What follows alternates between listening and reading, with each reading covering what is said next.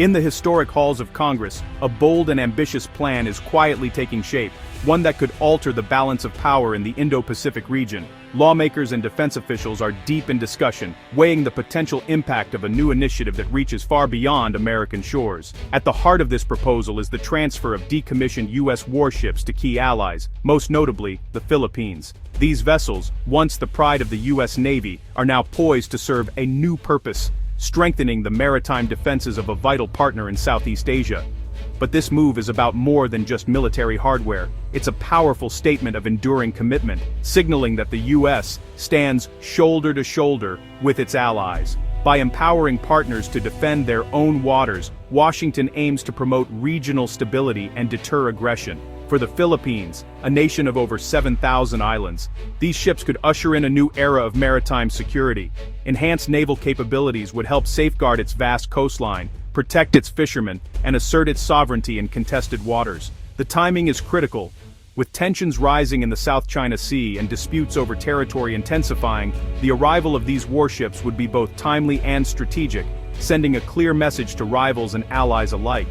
By providing these vessels, the United States not only boosts the Philippines' defense, but also reaffirms its commitment to the international rules-based order. It's a demonstration of solidarity and a pledge to uphold peace and stability in the region.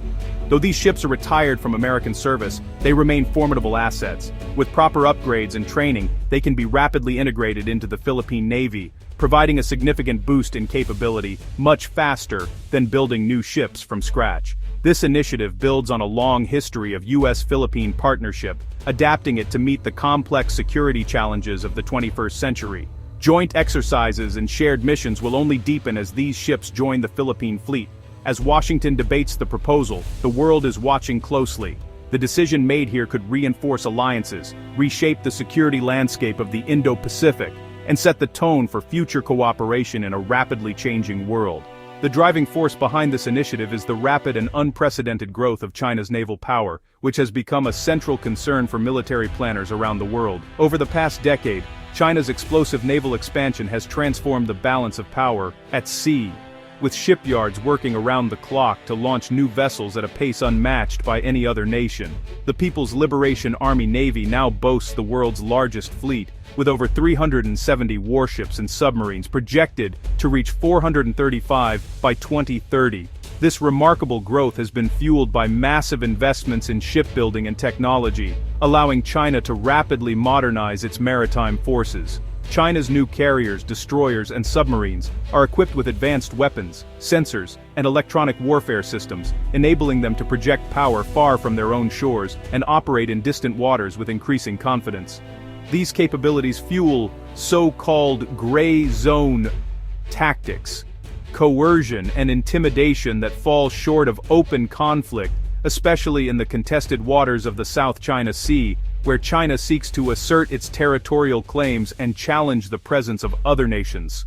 The U.S. Navy, though technologically advanced and highly capable, now finds itself outnumbered in the region, making it increasingly difficult for smaller regional navies to keep pace or deter Chinese actions on their own. This growing imbalance is a key reason why the United States is working to strengthen allied fleets, encouraging greater cooperation and joint exercises to create a more distributed and resilient force that can counter China's numerical advantage at sea. China's increasingly assertive actions threaten not only freedom of navigation, but also the stability of the entire Indo-Pacific region, making a coordinated and determined Allied response more urgent than ever before. The warship transfer is just one part of a revitalized U.S.-Philippine defense partnership. A joint ammunition production and storage facility at Subic Bay will strengthen logistics and readiness for both nations. This forward base shortens supply lines and ensures rapid response in a crisis. U.S. warships are returning to Subic Bay for maintenance, bringing economic benefits and technical expertise. Joint military exercises have expanded, with advanced missile systems and Air Force collaborations, enhancing interoperability. These efforts build a modern, integrated alliance, ready to deter aggression and respond to evolving threats. From infrastructure to training, every aspect of the relationship is being upgraded. The result, a stronger, more capable partnership for today's security challenges. The US-Philippine alliance is part of a larger Indo-Pacific strategy, building a network of allies to deter aggression. The 1,000-ship Navy concept combines allied fleets for overwhelming maritime presence. Japan is modernizing its forces, acquiring long-range missiles, and converting ships for F-35s, complementing US efforts. The AUKUS pact with Australia and the UK brings nuclear-powered submarines to the region, while European allies increase Pacific deployments. This global coalition complicates any adversary's calculations, presenting a united, interoperable front. Together, allied navies number over 1,200 ships, dwarfing China's fleet. By empowering partners like the Philippines and Japan, the US acts as the hub of a resilient security network. The goal: collective deterrence, not provocation, preserving peace through strength and unity. US support aligns with the Philippines' ambitious defense modernization. The Self-Reliant Defense Posture Revitalization Act jumpstarts local production of military equipment, reducing foreign dependence. This law incentivizes domestic manufacturing, from small arms to ships, building a sustainable defense industry.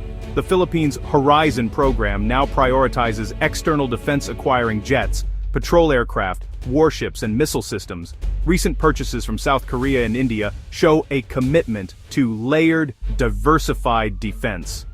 U.S. joint exercises and the Subic Bay ammunition facility accelerate this transformation. The warship transfer gives the Philippine Navy an immediate boost, supporting its shift to maritime security. The Philippines is taking charge of its future, forging a confident, self-reliant military with strong allied backing. The U.S. shipbuilding industry faces significant bottlenecks, making the process of producing new warships both slow and extremely costly. Shipyards are stretched thin, skilled labor is in short supply, and the demand for advanced vessels continues to rise as global tensions increase. As a result, the U.S. Navy is struggling to keep pace with the rapid naval expansion of potential adversaries, especially China, which is launching new ships at an unprecedented rate. In this challenging environment, transferring decommissioned ships to allies has emerged as a practical, cost-effective way to quickly boost regional naval power.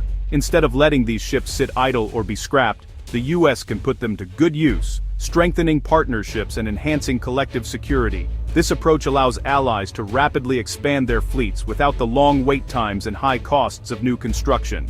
These well-maintained vessels, though retired from U.S. service, remain highly capable platforms for partners like the Philippines.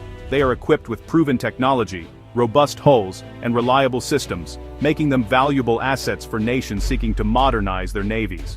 For many allies, acquiring these ships means gaining immediate access to advanced capabilities and training opportunities. Refitting and transferring ships is far faster than building new ones from scratch. With focused upgrades and maintenance, these vessels can be ready for deployment in a fraction of the time, putting more hulls in the water to counter China's growing numbers. This rapid turnaround is crucial for maintaining a credible presence in contested waters. Congress is also taking action by extending the service life of existing ships and considering the reactivation of mothballed vessels.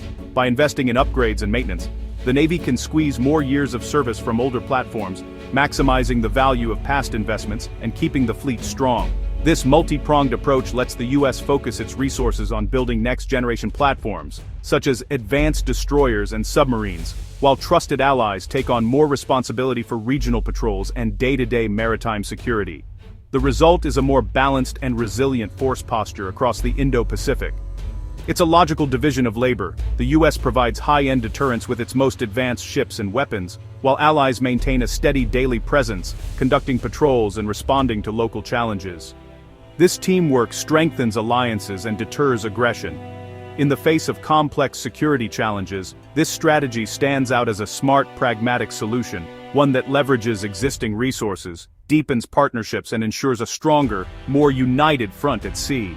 Unusually, this Indo-Pacific strategy enjoys rare bipartisan support in Congress. Lawmakers from both parties agree countering China's influence and supporting allies is urgent and necessary. The SHIPS Act and other legislation aim to revitalize U.S. shipyards and the merchant marine, addressing industrial challenges. Experts urge competition without catastrophe, strengthening allies while avoiding direct conflict. Warship transfers raise the cost of aggression for Beijing without escalating U.S. deployments. Congress is funding initiatives like the Subic Bay facility and ship refits, signaling long-term commitment. This unity reassures allies and warns adversaries.